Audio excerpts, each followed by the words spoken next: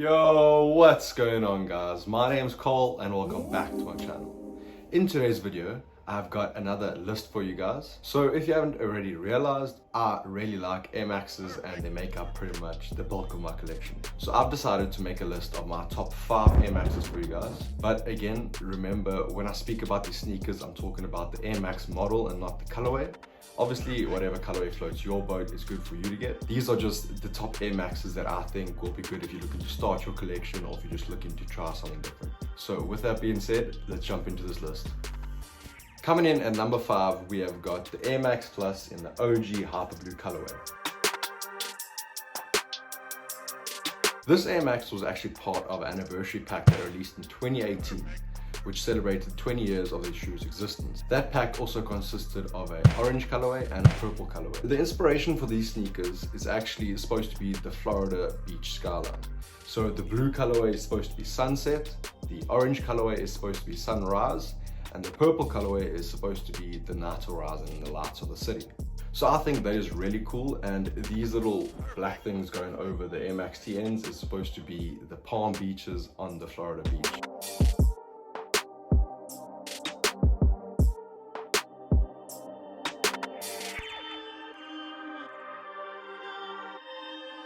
I think that is really cool, and the designer even went to the extremes of including this little shank piece over here in carbon fiber, which is supposed to resemble a whale's tail. So the previous colors that I've mentioned that were part of this pack are my 2 next colorways I want to get to complete this collection. But this sneaker, as I mentioned, did release in 1998 and there have been tons of colorways to come out. I just personally really love how vibrant these Air Maxes are, and not just this colorway, pretty much all the colorways you're going to find in the sneaker. This was also the first Nike sneaker to showcase the TN technology, which stands for tuned air, which you can find in the heel of the sneaker. The only real downside for me with this sneaker is that being so old with the old technology, they are a bit heavy, which makes them not so comfortable for all day wear. Coming in at number 4, we have got the AIRMAX 93 in the Habanero Red colorway. So this is the Air Max that hasn't really got as much shine as the other Air Maxes over recent years, such as the 97s, the 90s, and even the TNs, as I've previously mentioned. But to me, this is still one of my favorite Air Maxes. I just think that it looks so sleek and retro, and it is surprisingly comfortable with this old air cushioning technology. But this tongue is super stretchy and part of the upper, which I think adds to the comfortability for me, because I've never really been a fan of tongues that are kind of loose and always shift one side to the other.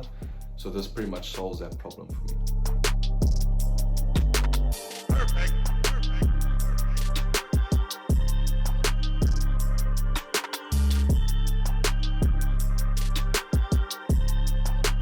I haven't really seen these in stores or online for quite a while now, so I really hope that Nike is planning something to re-release the sneaker again in some mad colorways, because this is really an Air Max that needs some more appreciation in my opinion.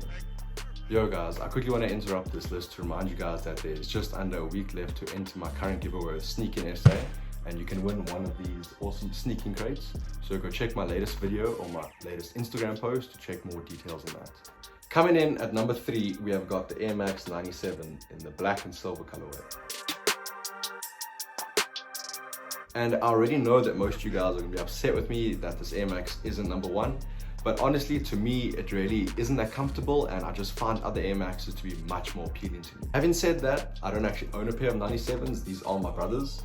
I'm kind of just waiting for that perfect pair of 97s that I come across to suit me. So these came out in 1997, hence the name Air Max 97, just like the Air Max 93s came out in 1993. And in 2017, for the 20-year reunion, Nike really pushed these and they were very successful. There are still tons of colorways available at your local retailer or online, but pretty much everyone has these in a different colorway because there are just so many.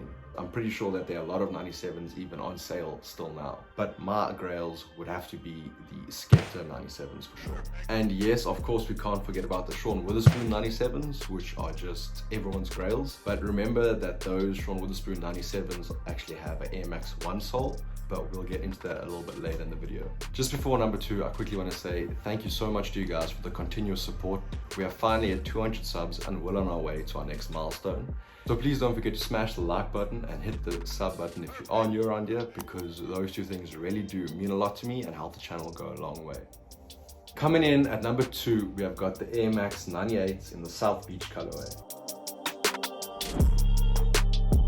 So although these are very similar to the 97s as they have the same air unit and sole area, and they released just 1 year later, I find these to have a much better and more comfortable fit, and I just really dig the wavy designs you get on most 98s. So these Air Maxes also haven't got a lot of shine similar to the 93s, but these really deserved in my opinion. I mean, the first retro we got for these was only in 2014, and I mean today you can't find these in store anywhere. So when these sneakers originally released in 1998, they were outshined by the Air Max Plus that I spoke about previously in the video. Perfect.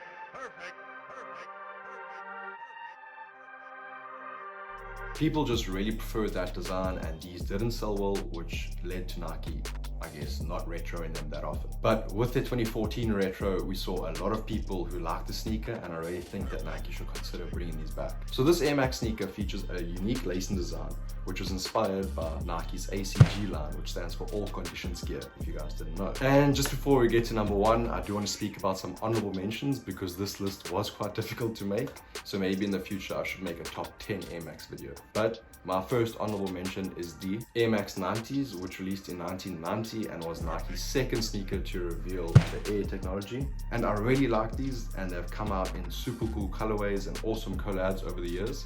But these were just too similar to my top sneakers, so I couldn't include them on my list. Another honorable mention is these Air Max 180s. These again aren't mine, I'm borrowing them from my brother. But these released in 1991, and these were also a really good selling Nike shoe back in the day, but I just haven't found a colorway that really makes me want to go out and buy these Air Maxes. And my final honorable mention is the Air Max 95s, which I don't have with me at the moment, but they are just too uncomfortable of a sneaker for me to have included them in my top 5 Air Maxes. So coming in at number 1 is the Air Max 1 in the Safari 2.0 colorway.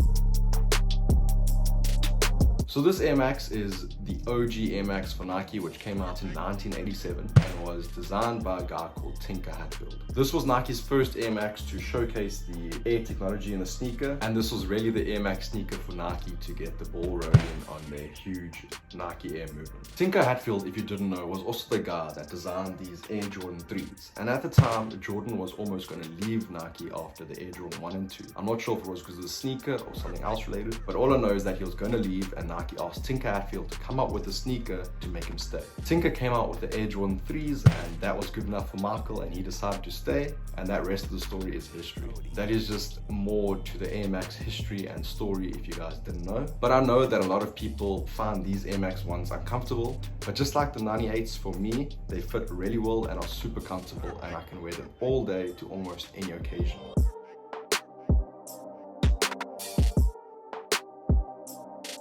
One thing that does stress me out a bit about these Air Max 1s is that the retail prices of them have been creeping up over the years, and I really hope that this is something that stops pretty soon. And coming back to the Sean Wotherspoon 97s, I said that they had an Air Max 1 sole, which I really think just makes that sneaker so much different and so much better than all the 97s. And that is why it is one of the Air Max grails for pretty much most sneakers.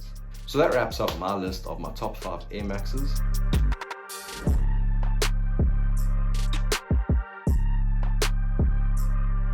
Thank you guys so much for making it this far into the video. I really do appreciate it. Let me know what you guys think of my list. Do you agree with all the sneakers? What ones would you take out and which ones would you put in?